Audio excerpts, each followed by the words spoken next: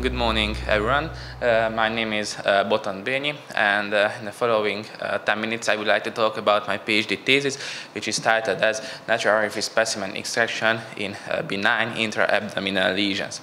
Since the conventional laparoscopic bowel resection due to the abdominal incision still results in increased risk of hernia, fistula, wound infection, postoperative pain, a new surgical technique is essential to decrease these complications and to increase the surgical results.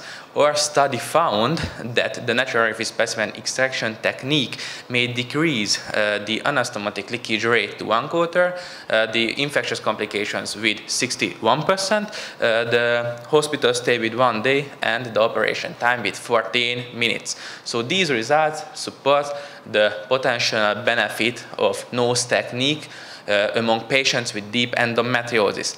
However, more large-scale studies are needed to evaluate score systems like the low anterior resection syndrome and the gastrointestinal quality of life index, and of course more RCTs are needed too to elevate the level of our statement. I'm a 6-year medical student at Semmelweis University. My supervisors are Nándor Ács and Attila Bokor. My SMS is Lőrinc Fivalski. My vision is an improved quality of life in patients who suffer from benign intra-abdominal lesions, and my mission is to find the most effective surgical technique for the treatment of benign intra-abdominal lesions. We have 2 ongoing projects, but we started in the fall of 2024. So let's start with the first one, which is titled as Investigating the Safety and Efficacy of Natural Orifice Specimen Extraction in the Treatment of Benign Intestinal Lesions. Globally, around 240 to 300,000 of bowel resections are performed with minimal invasive techniques due to benign intestinal lesions like deep endometriosis, diverticulosis, diverticulitis, volvulus, or IBD. And the resected segment can be removed through an artificial orifice, like a financial incision, or through a natural orifice, like the anus or the vagina. But the artificial incision used for the specimen removal results the loss of advantages of minimal invasive techniques and an increased risk of hernia, fistula, wound infection, postoperative pain, and psychological distress. However, the nose technique has emerged as a rising star in the field of minimal invasive surgery, so we hope that it can be the way forward to decrease these complications and to increase the surgical results. At the end of the day, we would like to know if nose provides better clinical and surgical outcomes than the conventional methods. In our study, the population is patients with benign intestinal lesions. We compare the nose technique to conventional methods, and our outcomes are the surgical and functional outcomes and complications. You can see here our final search key. We earned almost 12,000 of hits, and at the end of the long run, we got 42 eligible full texts. So let's continue with our results. This first plot examines the incidence of anastomotic leakage after the use of nose technique and conventional methods among patients with deep endometriosis. Since the anastomotic leakage is one of the most serious surgical complications after performing bowel anastomosis, it is essential to apply a surgical technique that minimizes this risk. The scale range between 0 and 1. 0 indicates the optional outcome when no anastomotic leakages occurred, and the 1 or the 100% means that all patients developed anastomotic leakage. Our aim is to determine which surgical technique is associated with a lower risk of anastomotic leakage. The analyzed patient cohorts included a little bit more than 800 patients, mostly from prospective and retrospective cohort studies, as well as 1 randomized controlled trial. The heterogeneity was low in both groups, but the confidence intervals were moderate, which can be attributed to the low number of cases, the various surgical experience, the surgeon's experience level, and the various localizations of endometriotic nodules. The pooled anastomotic leakage rate was 2% among the conventional group and 0.5% among the nose group. This means that the nose technique is associated with a lower incidence of anastomotic leakage, and the analysis revealed a clinically and statistically significant difference between the two interventions. So the results suggest the potential benefit of nose technique over the conventional methods in anastomotic leakage formation among patients with deep endometriosis. The second first plot we checked the infectious complication rate among patients with deep endometriosis and other benign diseases.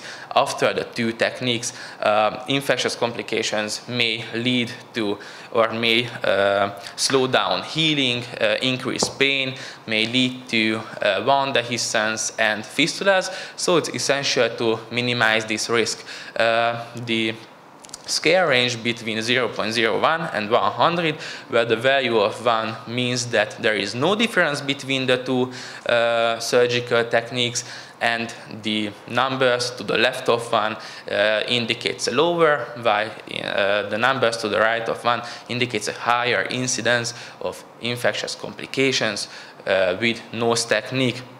The analyzed patient cohorts included almost 700 patients from prospective and retrospective studies, and the pooled odds ratio was 0.39 among deep endometriosis group and 0.93 among the other benign disease group. So this means that the use of a nose technique decreased the infectious complication rate by 61% among patients with deep endometriosis and 7% among patients with other benign diseases.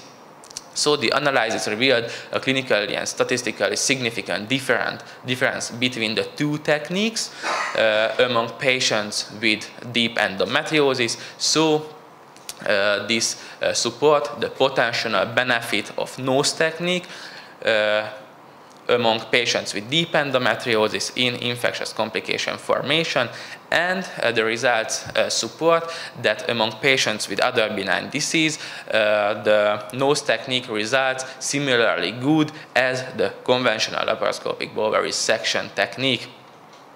Now we are working on the risk of bias assessment. So let's continue with my second project, which is titled as Investigating the Safety and Efficacy of Natural Orifice Specimen Extraction in the Treatment of Benign Uterine and Adnexal Lesions. So in the US, around 600,000 of uterine and 500,000 of adnexal surgeries are performed with minimal invasive techniques due to benign conditions like uterine fibroids, adenomyosis, endometrioma, or other benign ovarian cysts.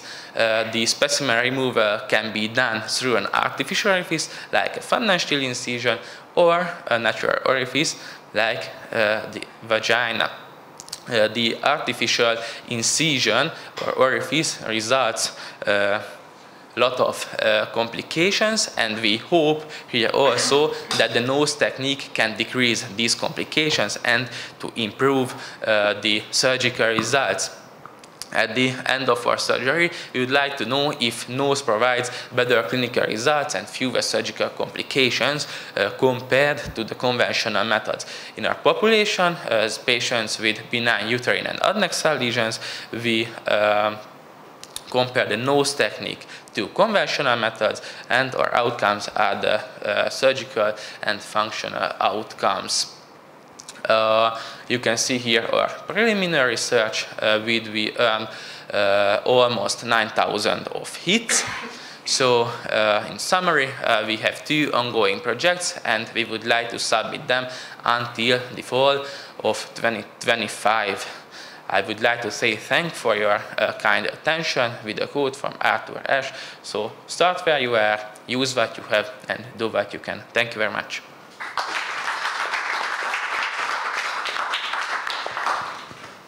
Thank you very much for keeping the time. You are working at our department, so I know you exactly, and there are very lot of number of endometriosis operations. What is your personal opinion about the convention technique and about the use of vaginal entrance? Yeah, so to learn the nose technique, you will need a bigger learning curve. But of course, because of the less unnecessary tissue manipulation and the less, and that's why the less unnecessary ischemic damage of the tissue around the anastomosis, it can decrease these complications like the anastomotic leakage or the infectious complications, and with them, of course, it can decrease the post-operative pain and the psychological distress, and of course, because of this technique, it can develop better aesthetic results too. So. Yeah, and of course it decreases the operation time too, because you don't have to make an incision in the abdomen. So I see the potential benefits of this surgical technique, but of course we need more data to evaluate the real results. Thank you. My second question is that what were the criteria for the infection? So febrility, or elevated white blood cell, CRP? Yes, okay, so we checked the number of infectious complications which is related to the anastomosis, and we classified them into Clavian-Dindo classification. Okay, thank you. Congratulations for the nice lecture. My question is, what do you think? Why the nose technique reduced the chance of the anastomotic leakage? Because these two factors, like the gait and the anastomosis, it seems independently from each other. Yes, I can say that I have told previously that because of you don't do unnecessary bowel mobilizations and bowel mobilizations and unnecessary damage on the tissue, it can decrease this outcome. But I can't find exact data for this question. I only read it in one article, but I have told you. Your presentation was outstanding. Congratulations. I really enjoyed it. I have a question.